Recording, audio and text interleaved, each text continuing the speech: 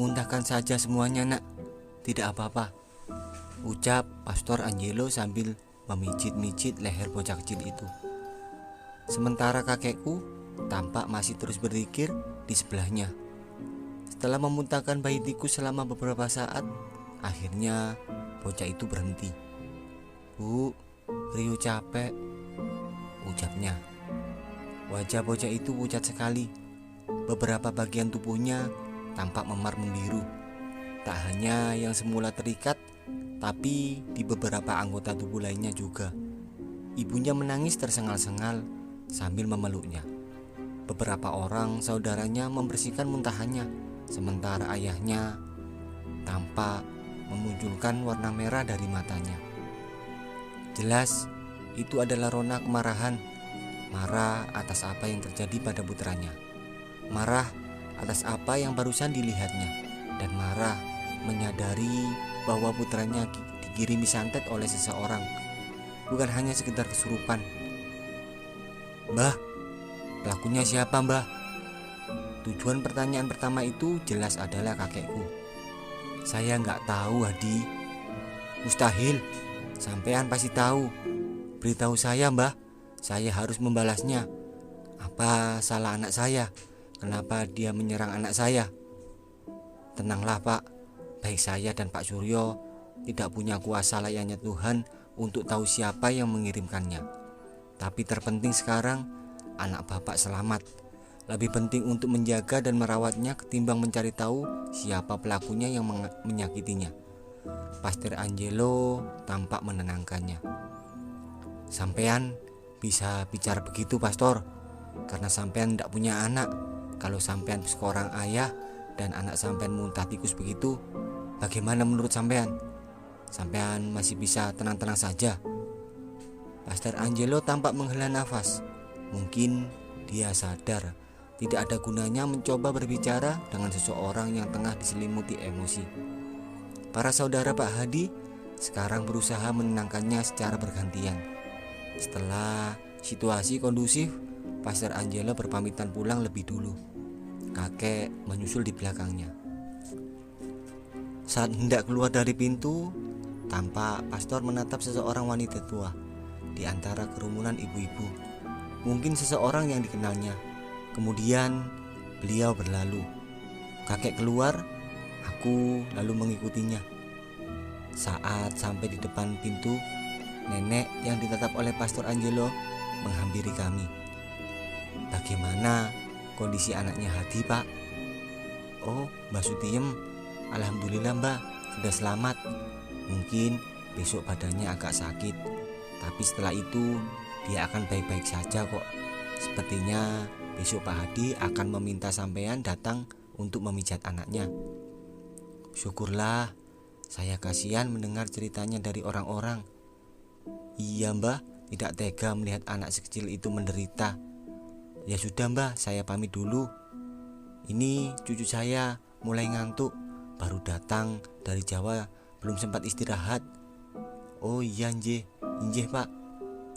Aku dan kakek pergi meninggalkan kediaman Pak Hadi. Tanpa kami sadari, nenek tersebut memandang kami yang berlalu hingga lama sekali. "Kek, yang tadi itu siapa kek?" "Yang mana?" "Pastor Angelo." "Bukan kek, yang nenek-nenek." "Oh, dukun pijat di sini, Mbah Yem. Nenekmu juga sering meminta pijat dia." "Kalau yang ikut nenek itu kemana-mana siapa?" "Cucunya." "Yang mana le?" "Yang perempuan, pakai baju kuning, rambutnya dikepang. Tadi datangnya barengan, terus berdiri di sebelah nenek Yem." "Jangan ngawur, gak ada gadis pakai baju kuning di sana." "Ada kek, kakek pasti gak lihat. Di sebelah nenek Yem tadi loh." "Lih, gak ada gadis rambutnya dikepang pakai baju kuning di sana sejak tadi. Dan nenek Sutiem hidup sendiri, gak punya anak atau cucu. Jangan ngawur." "Kakek yakin?" "Iya, sudah ayo pulang, gak usah dibahas." "Kakek tunggu." Jangan pegangi tangan kakek, kayak anak kecil saja." "Apa yang salah dengan mataku. Tampaknya aku terus-menerus menatap apa yang seharusnya tak terlihat. Tapi gadis yang berdiri diam di sebelah nenek tadi tidak tampak seperti hantu sama sekali. Penampilannya sangat manusia. Bagaimana bisa kakek bilang gadis itu tidak ada? Apa mungkin kakek cuma sedang bercanda? Atau makhluk itu yang mengajakku bercanda? Entahlah. Yang pasti malam ini kami kembali dengan perasaan lega karena hasil menyelamatkan anak Pak Hadi. Keesokan paginya aku bangun agak siang. Badanku capek sekali faktor perjalanan jauh kemarin. Tapi tundung nasi di atas meja makan tampak menutupi berbagai macam hidangan. Ada gurami goreng dan tumis kangkung. Asap yang keluar dari nasi liwet di atas bakul bambu menandakan bahwa hidangan itu masih hangat.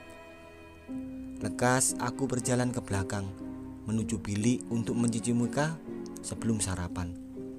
Tapi mengingat kejadian kemarin sore, nyaliku sedikit menciut. Bahkan saat mandi kemarin saja aku meminta kakek menungguiku di depan pintu kamar mandi. Ya, sepenakut itu aku.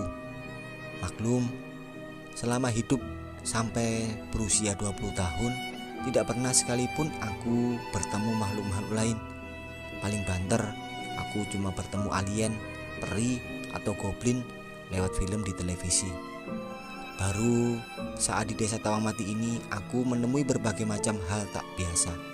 Mulai dari warung gaib, kembaran nenekku, tukang intip di balik pohon nangka, dan gadis tak kasat mata yang hanya menunjukkan dirinya kepadaku. Berbagai peristiwa tak masuk akal itu menyulutkan keberanianku. Baru 1 hari saja sudah kenalan dengan berbagai jenis yang seperti itu. Bagaimana jika sudah beberapa hari? Bisa-bisa aku malah ngobrol, cover lagu bareng, dan memilih nomor togel bersama dengan mereka.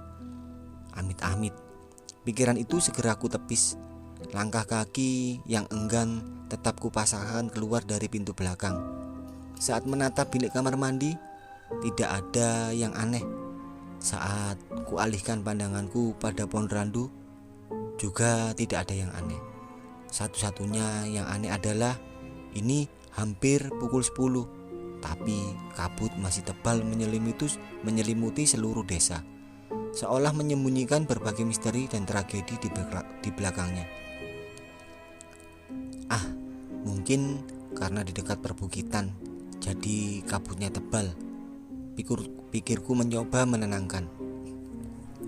Meski masih ada sisa perasaan ngeri, aku memaksakan diri dan menarik setiap ons keberanian yang tersisa di dalam diriku untuk pergi ke bilik kamar mandi.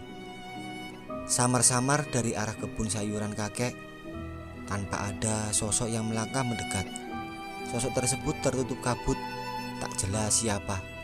Namun yang pasti dia hendak datang kemari. Meski penakut, sudah kubilang, rasa penasaranku sangat tinggi. Berkat itu, meski seluruh bulu di tubuhku tegak berdiri karena ngeri, aku tetap diam di posisiku di tengah pintu, menyaksikan sosok di balik kabut itu perlahan mendekat. Langkah sosok tersebut lambat, tanda dia tidak melayang. Namun, meski begitu, dia yang pelan-pelan menggerakkan kaki dengan aku yang hanya diam mematung berdiri. Tentu saja akan bertemu mau tidak mau. Saat sosok itu semakin mendekat, aku yang semula berniat nekat menunggu dan memastikan dia siapa, perlahan kehilangan keberanian. Ingin kuurungkan saja niatku, berlari ke depan sembari menutup pintu. Namun sebelum aku melakukannya, sosok itu membuka mulutnya. "Wis tangi le." Aku tersadar itu suara kakekku, tapi bahkan yang kemarin mirip penampilan dan suaranya. Ternyata bukan nenekku yang sebenarnya, apalagi yang hanya suaranya saja yang sama tanpa melihat wujudnya. Keraguanku begitu kuat akibat berbagai pertemuan tak kuharapkan di hari sebelumnya. Kamu siapa?" tanyaku terbata. "Bocah gendeng, aku kakekmu. Mandi sana, terus sarapan." Nanti kakek panggilkan Mbah Yem buat mijit kamu. Kamu capek toh? Kamu beneran kakekku? Oh, tak sampluk kowe mengko. Iya, aku kakekmu. Sudah sana mandi. Sosok itu mendekat dan menunjukkan penampilan aslinya di balik kabut. Ternyata benar, itu kakekku. Wujudnya sih entah yang kali ini asli atau bukan. Karena biasanya yang asli adalah yang ada badaknya. Wahyu kira kayak kemarin, nenekku ternyata bukan nenekku. Masih paranoid Wahyu kek. Kakek sih ketutupan kabut. Lagian ngapain kakek ke kebun pagi-pagi begini sih? Kakek manen terong di belakang sana sama nenekmu. Nanti siang diambil bakul. Sudah sana mandi terus sarapan. Kakek panggilkan Mbah Yem biar dipijet, biar sembuh capekmu. Ya kek, Wahyu mandi dulu ya. Kenyataan bahwa sosok di balik kabut itu benar-benar kakek. Menenangkanku, gegas aku mengambil handuk dan perlengkapan mandiku menuju ke dalam bilik. Di dalam bilik, ku mulai aktivitas mandiku dengan pertama kali membasuh badan. Gayung berisi air kuguyurkan ke seluruh tubuhku. Dingin sekali air di sini, bahkan berbeda taraf kedinginannya. Mungkin tempat ini bisa bersaing dengan puncak Dieng. Perihal hawa dinginnya, baru guyuran pertama aku sudah menggigil. Gigiku gemeretak menahannya. Rasanya benar-benar seperti mandi es. Meski begitu, aku tidak mengurungkan niat mandiku.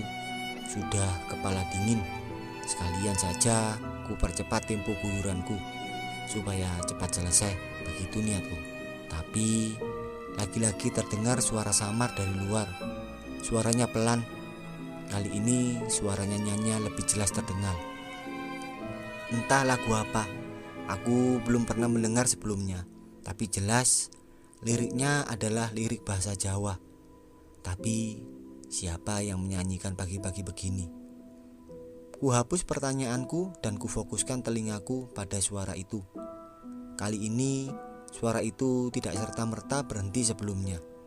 Nyanyian itu masih dilanjutkan dengan bahasa yang entah aku tidak mengerti artinya.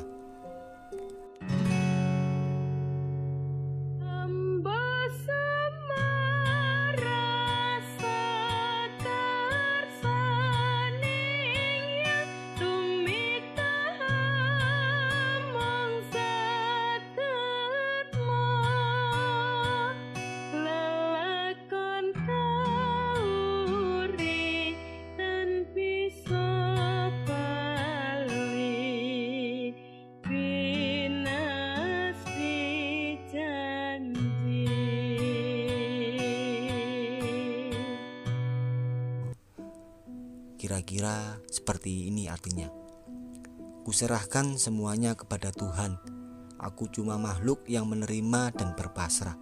Sesuatu yang terjadi takkan bisa dirubah ke awalnya lagi. Semua sudah sesuai yang dijanjikan Tuhan. Nama yang terukir di jantung. Sungguh permata putri yang sangat indah. Izinkanlah Mas, kita berpisah sementara waktu, membasuh jiwa, melatih raga. Suara merdu namun dingin menyanyikan lagu yang sedingin artinya. Sungguh kombinasi yang membuat bulu kuduk berdiri. Aku sekali lagi berusaha fokus mendengarnya. Namun suara itu telah berhenti. Lagu yang belum selesai itu tidak dilanjutkan lagi. Aku bertanya-tanya, sebenarnya siapa sosok yang terus menggodaku dengan nyanyian lagu ini sejak kemarin? Dan apa maksud serta tujuannya? Mengapa hanya aku yang diganggunya? Apakah mengajak berkenalan kepadaku yang merupakan pendatang baru? Atau hanya murni menggoda ketakutanku? Sedang bergelut dengan bermacam tanya tak terjawab, suara melengking yang tak pernah kuharapkan menjawab.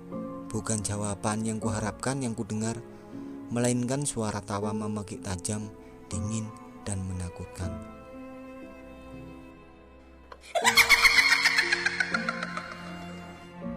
Tawa itu terus terdengar seolah menertawakan ketakutanku. Aku yang belum selesai membasuh badanku meraih gayung terburu-buru dan menyiramkannya di sekujur tubuhku. Aku sudah tidak lagi peduli pada dinginnya suhu air ini, karena suara tawa yang kudengar lebih dingin dan menyeramkan. Lebih baik menggunakan air dingin ini untuk segera menyelesaikan mandiku daripada lebih lama lagi di sini dan aku mati membeku, bukan karena dingin, melainkan karena ketakutan. Aku tahu asal suara itu dari mana. Aku bisa menebak dengan jelas itu suara siapa. Bahkan jika aku sungguh penasaran pada pemiliknya, aku mungkin bisa melihatnya secara langsung jika aku mau. Tapi apa gunanya itu? Apa gunanya mencari tahu hal-hal yang bisa memperpendek umurku?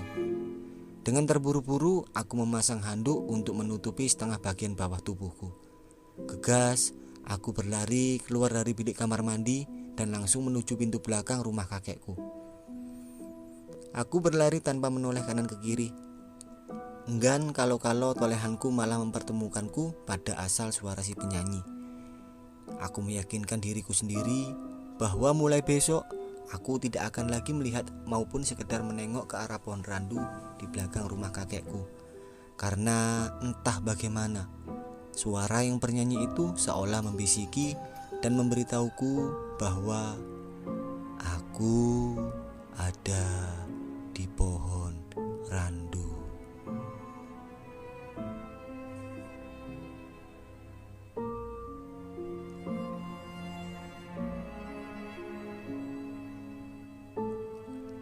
Aku enggan menceritakan tentang kejadian pagi ini pada kakek maupun nenekku. Alasannya tentu saja karena malu dan khawatir kakek tidak percaya padaku lagi seperti sebelumnya. Perasaanku menjadi semakin tidak enak setelah pagi itu. Bagaimana tidak? Rasanya sejak melihat warung hantu itu, segala hal menjadi serba aneh dan salah. Entah desa ini yang menyimpan banyak keganjilan atau memang aku yang menarik minat mereka sehingga begitu sering diganggu dan digoda. Siang hari, Mbah Yem datang sesuai yang dikatakan kakekku. Beliau merupakan tukang pijat terkenal yang banyak membantu warga desa ini. Selain ahli dalam memijat, Mbah Yem juga sering membantu warga yang sedang dalam proses melahirkan. Karena desa ini berada di pedalaman dan seolah terisolasi dari daerah lain, tenaga kesehatan di tempat ini juga merupakan hal yang langka. Satu-satunya klinik kecil terdekat dari sini jaraknya 2 jam, letaknya masih di satu kabupaten, tapi jaraknya sendiri jauh dan melewati jalanan yang sepi. Jika ibu hamil yang hendak melahirkan harus dibawa ke sana. Sebelum sampai di sana, bisa-bisa bayinya sudah keluar duluan karena mendengar suara lolongan hewan di tengah jalan. Maka dari itu, jasa Mbah Yem sangat dibutuhkan. Selama memijatku, Mbah Yem banyak bercerita tentang apa saja yang pernah dan sering terjadi di desa ini. Seperti soal pernah ada harimau yang masuk ke desa dan memangsa ternak warga. Lalu warga terpaksa bekerja sama untuk melumpuhkan dan membunuhnya. Apa nggak takut dipenjara, Mbah? Harimau kan termasuk satwa yang dilindungi. Ya, lebih baik menyelamatkan harimau atau menyelamatkan diri sendiri beserta anak istri. Hari ini mungkin ternak yang dimangsa, besok-besok siapa yang tahu kalau tetangga kita. Iya juga sih, pikirku. Lagian di desa yang terisolasi begini, garda satwa maupun polisi juga mungkin menolak datang kemari, bahkan setelah menerima laporan. Sedang berbincang-bincang dengan Mbah Yem, aku mengajukan satu buah pertanyaan. Kalau desa mati itu dulu awalnya bagaimana, Mbah, sebelum ditinggalkan? Seketika itu Mbah Yem menghentikan pergerakan tangannya. Aku menengok untuk melihatnya. Namun sepertinya aku sudah salah berbicara. Terlihat dari tatapan Mbah Yem yang tajam, melotot, seolah mengatakan bahwa ini bukanlah pertanyaan yang seharusnya kutanyakan. Lidahku terasa keluh. Rasa takut membanjiriku hanya karena tatapan tajamnya saja. Penampilan Bayem sebagai nenek tua yang ramah hilang seketika. Tenggorokanku rasanya kering dalam sekejap. Aku menelan ludah, utuh membasahinya, namun rasa kering tetap bertahan di tempatnya. Bahkan sekarang haus menerpah. Rasanya ingin segera meninggalkan Bayem dan ruangan ini. Ndak usah mau tahu soal desa itu, Mas. Itu bukan urusan pendatang seperti sampean. Suara Bayem yang berupa peringatan tajam menembus telingaku. Baik, Mbah. Hanya itu jawaban yang bisa aku berikan. Meski di dalam hati aku masih ingin bertanya, mengapa? Tapi logikaku menyuruh diam dan tidak mencari tahu lebih banyak.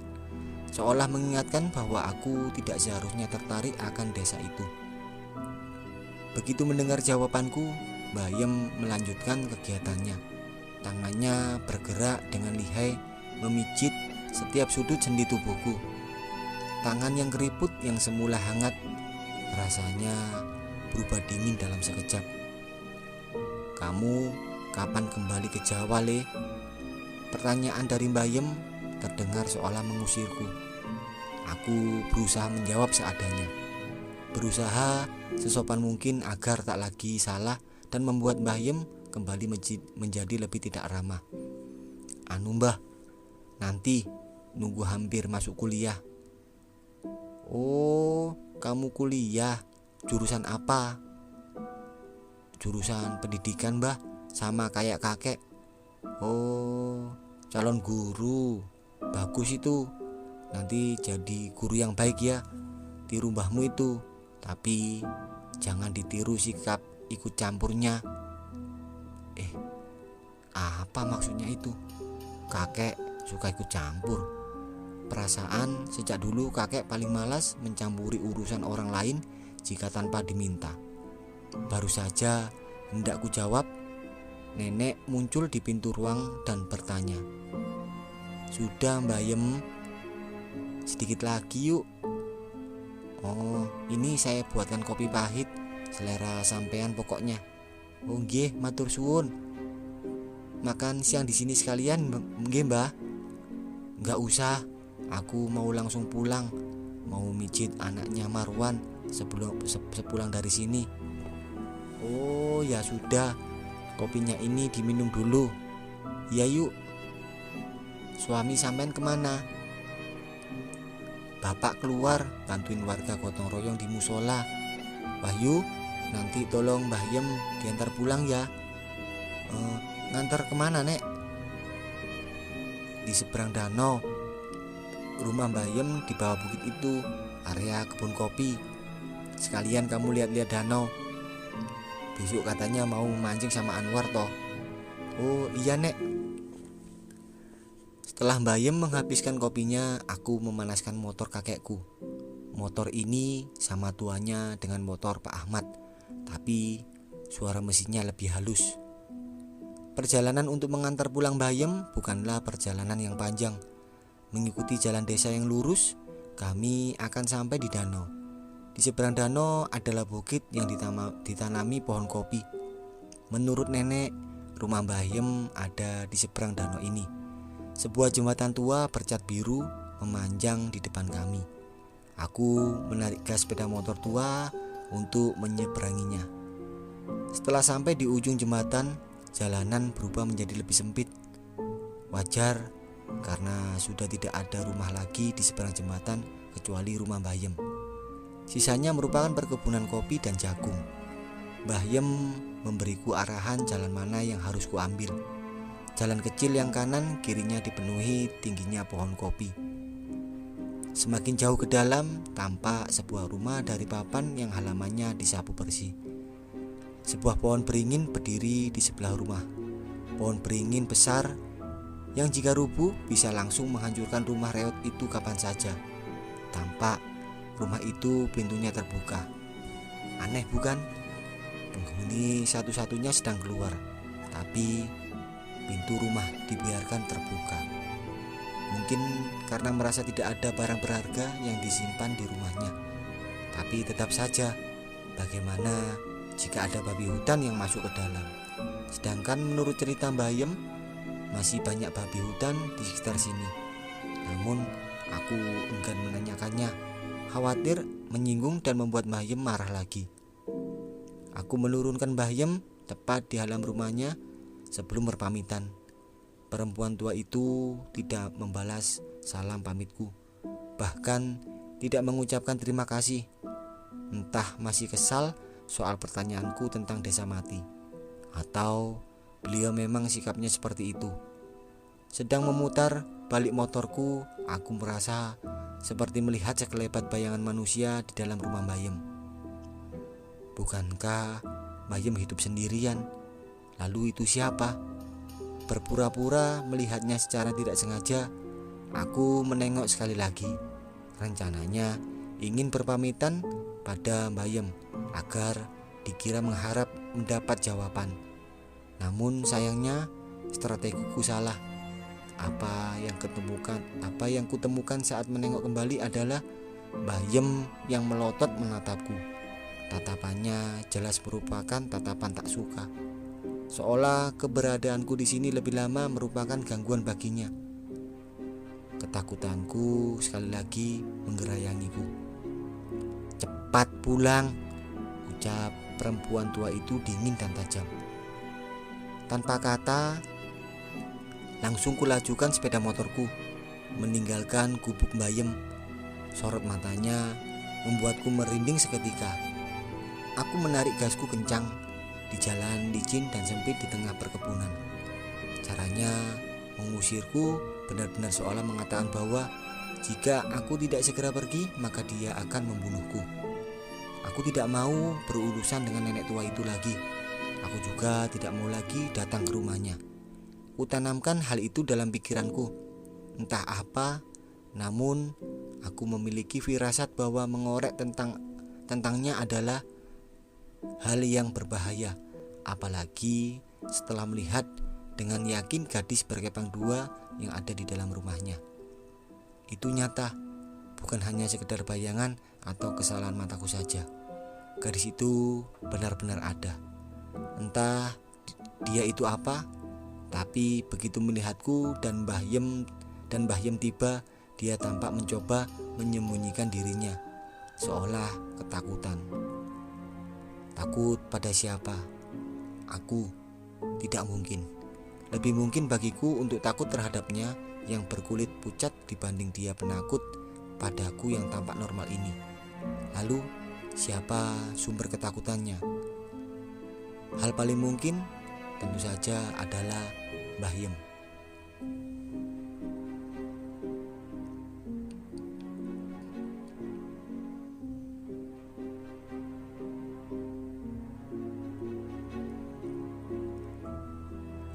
Malam kedua yang kulalui di desa ini sedikit berbeda dengan malam pertama. Jika sebelumnya aku dikagetkan dengan lolongan teriakan anak Pak Hadi yang lagi kesurupan, malam kedua aku diganggu oleh lolongan hewan. Anjing menggonggong bersaut-sautan, memecah malam yang gelap dan sepi. Semakin larut malam, semakin naik temaram cahaya bulan. Semakin kencang pula mereka bersuara. Lolongan mereka yang meramaikan suasana. Suara-suara itu seolah menjerit, mengumandangkan sakit. Namun meski ramai, suara lolongan yang bersaut-sautan tidaklah mengurangi rayap ngeri bagi yang mendengarkan, apalagi bagi aku. Aku terbaring di ranjang tua di rumah kakek sambil menutupi telingaku dengan bantal. Sudah hampir tengah malam, tapi mataku enggan terpejam. Kantuk sudah menerpa, tapi kesadaranku enggan lengah. Terus saja otakku berpikir ke sana kemari, memikirkan hal itu dan ini, hingga tidurnya tak juga kudapati. Aku sudah mencoba mendengarkan musik dari ponselku, tapi tetap saja lelap tak datang menghampiriku. Mencoba menghitung domba seperti yang diajarkan orang tuaku sewaktu kecil pun sudah kulakukan, tapi malah terpikirkan sekali lagi ingatan saat di rumah Mbah Yem siang tadi. Kesulitan tidurku ini bertahan sampai lewat tengah malam. Ku periksa jam di ponselku, pukul 00.53. Sudah hampir pukul 1 dini hari. Semakin keras aku berusaha terlelap, semakin keras pula otakku menolak. Berbagai macam pikiran tak penting menari-nari di kepalaku. Padahal mulutku tak henti-hentinya menguap. Rasanya tubuh, otak, dan mataku saling mengingkari. Badanku sudah kubolak-balikkan beberapa kali, mirip dengan nenek saat menggoreng ikan mujair. Niatku mencari posisi tidur yang paling nyaman, namun tak kunjung kutemukan. Sedang berusaha mencoba gaya tidur yang ke-59, telingaku merespon suara.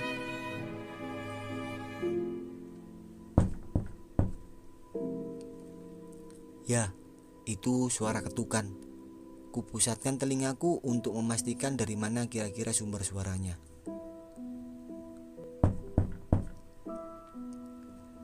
Lagi-lagi ketukan pelan sebanyak 3 kali terdengar, seolah merespon niatku fokus untuk mendengar. Ketukan yang ketiga, akhirnya aku menyadari dari mana asal ketukan ini. Jendela kamar, tepat di atas tubuhku. Jendela yang terbuat dari kayu itu tengah diketuk dari luar. Untuk pertama kalinya aku bersyukur bahwa jendela ini tidak terbuat dari kaca, melainkan dari kayu yang diukir. Jika jendela ini terbuat dari kaca dan si pemilik ketukan terlihat bentuknya, aku tidak yakin akan berlari sekencang apa meninggalkan kamar ini. Merinding terasa di sekujur tubuhku, ditambah gamang di hatiku. Gelisah dan takut bercampur padu. Ku pegang erat ujung selimutku menahan takut. Siapa itu? Siapa di jam segini yang akan mengetuk jendela kamarku? Pertanyaan tanpa jawaban membanjiri kepalaku. Siapapun itu atau apapun pemilik ketukan itu, aku benar-benar tidak ingin melihat atau bertemu secara langsung dengannya. Pergilah, kumohon, cepat pergi. Begitu pintaku dalam hati. Suara ketukan itu menghilang, seolah dia benar-benar mendengarkan apa yang kuucapkan dalam hati. Entahlah, apa dia sudah pergi atau malah masih menungguku bereaksi. Tapi jika aku mendengar ketukan itu sekali lagi, aku sudah memutuskan untuk berlari ke kamar kakekku. Bodoh amat, disebut penakut yang berlindung di belakang dua tubuh tua rentah. Urusan dengan setan beda dengan melawan manusia. Aku bisa memukul manusia kapanpun kalau dia berniat jahat. Tapi kalau setan, aku memantapkan niatku. Ya, niat untuk lari dan mencari bantuan. Namun sebuah suara mengurungkan semua niat terkumpulku. Tolong aku. Aduh Gusti, suara siapa ini? Sudah jelas itu si pemilik ketukan. Suara itu terdengar sangat pelan tapi jelas. Itu benar-benar ada di sebelahku, hanya terhalang dinding saja. Dia seolah berbisik langsung ke telingaku, menembus dingin yang menjadi pembatas di antara kami berdua. Lepaskan aku terperangkap di sini. Ada sepersit keinginan untuk menjawabnya. Bagaimana aku bisa menolongmu? Tapi ketakutanku lebih besar daripada keinginanku untuk menanyainya. Rencana berlari dan mencari kakek pun hanya tinggal wacana saja. Kakiku gemetar, lemas, tak berdaya. Aku bahkan tidak yakin bisa berdiri dari ranjang ini. Bagaimana dengan berlari dan mencari kakek? Satu-satunya yang ku bisa adalah kakek datang menengokku dengan sendirinya, atau suara itu menghilang secepatnya.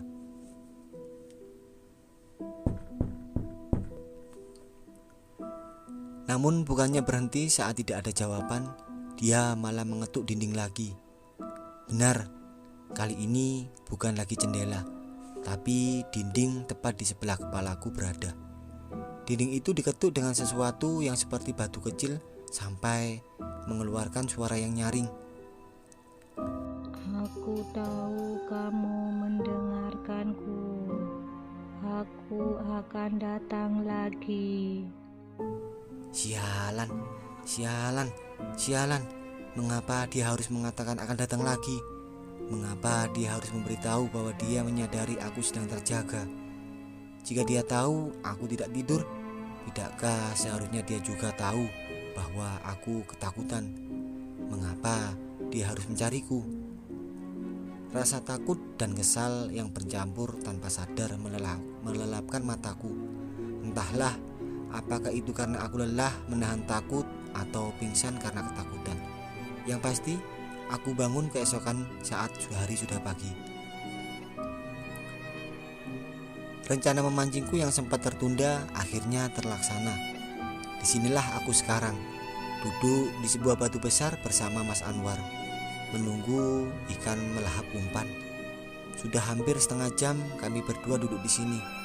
Namun tak satu pun ikan yang tertangkap kail pancingku. Tanpa ada beberapa ikan yang lalu lalang, namun umpan yang ku pasang diabaikan.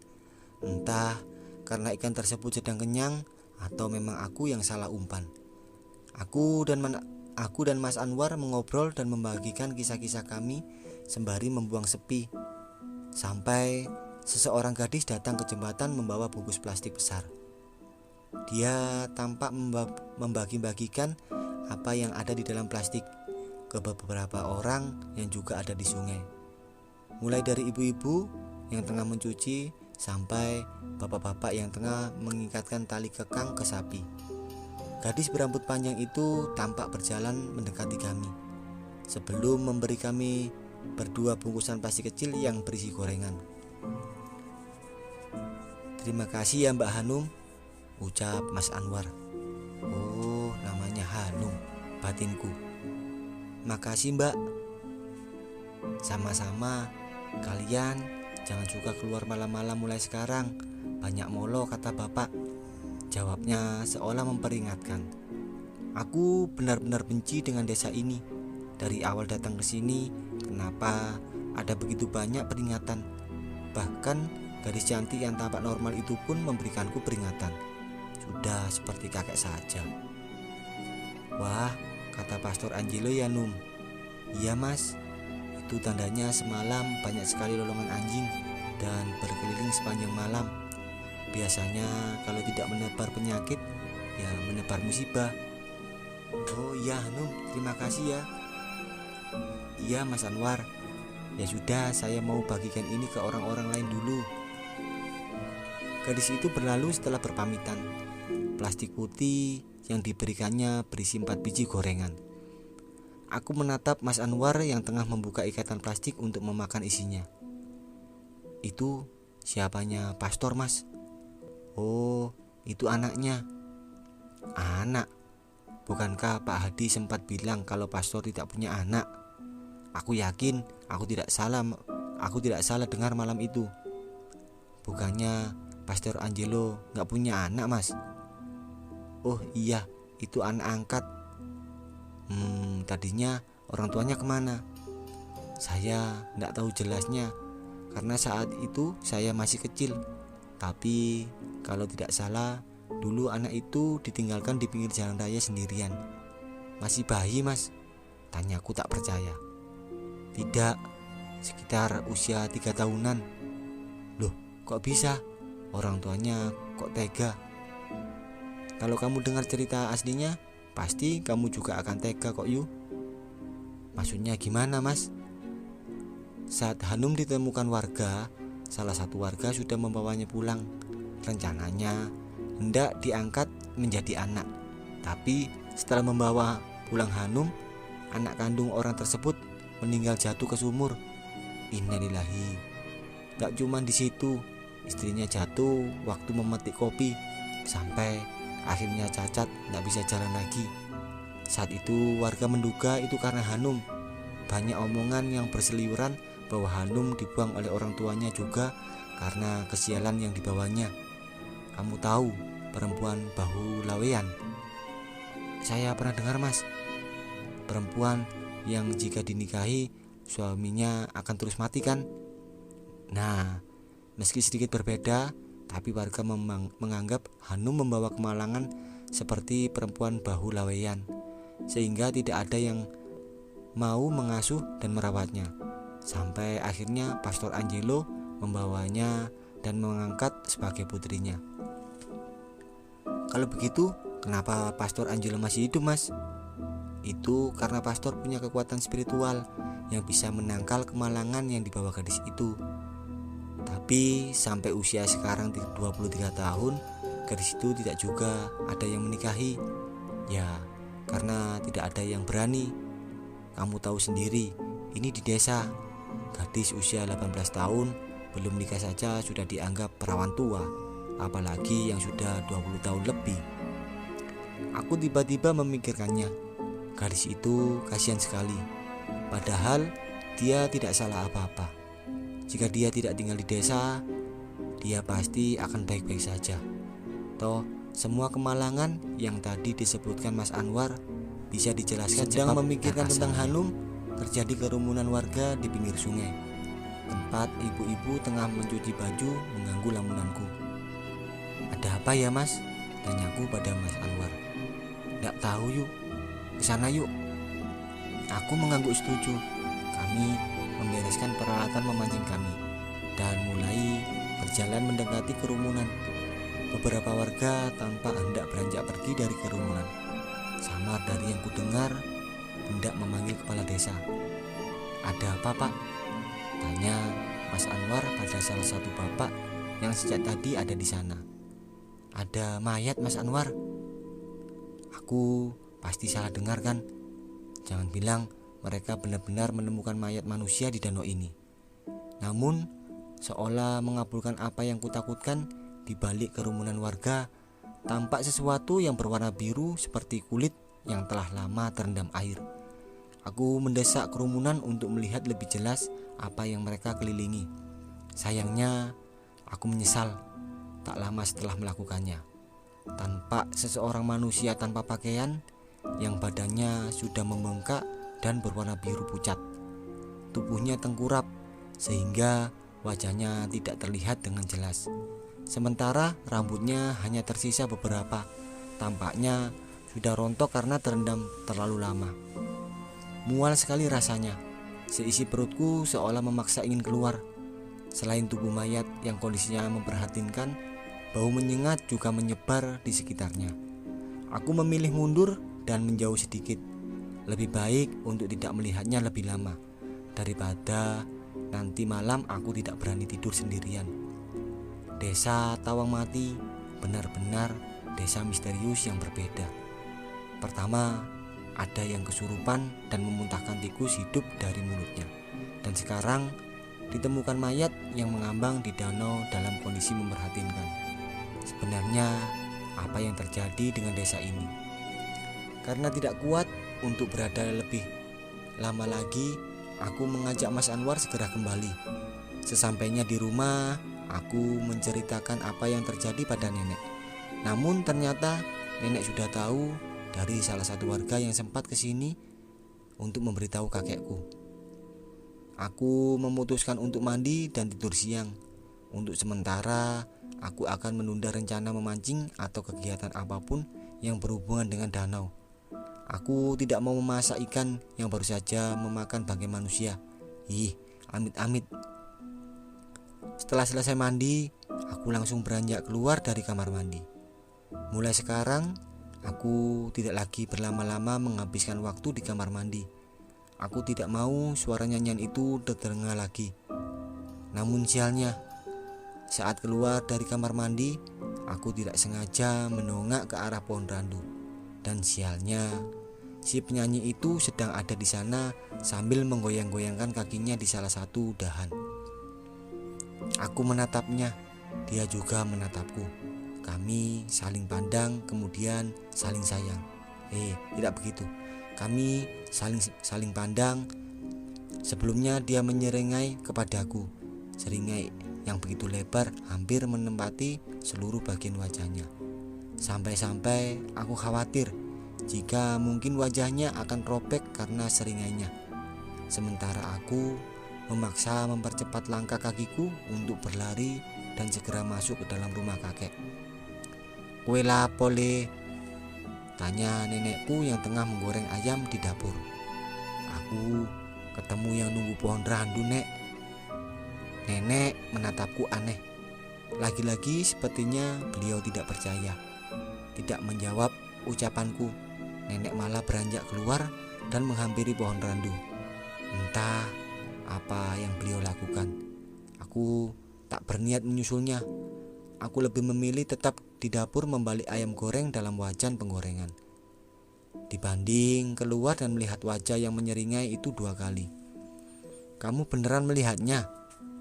"Sumpah, Nek," jawabku meyakinkan. "Ya sudah, biar nanti nenek kasih tahu kakekmu. Sana ganti baju dulu." Aku menurut. Entah apa yang bisa dilakukan oleh kakekku, tapi setidaknya mengetahui nenek hendak melaporkannya bisa membuatku lega. Namun sayangnya kakek tak sempat mengurus si penghuni pohon randu sampai aku pulang ke Semarang. Sekali lagi, malam yang hening dan sepi menghampiri Tawang Mati. Suara lolongan hewan terdengar bersaut-sautan selepas maghrib. Kakek menyuruhku masuk dari teras rumahnya. Aku jadi teringat pesan Hanum bahwa tak baik keluar malam di desa ini karena akan ada malapetaka yang terjadi.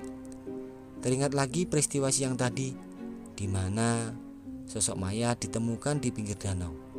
Menurut kakek, mayat tersebut dikenali sebagai salah satu pegawai di perkebunan kopi. Kejadian tersebut tidak dilaporkan kepada polisi karena kemungkinan besar beliau terjatuh saat hendak mencuci tangan seusai memupuk di perkebunan.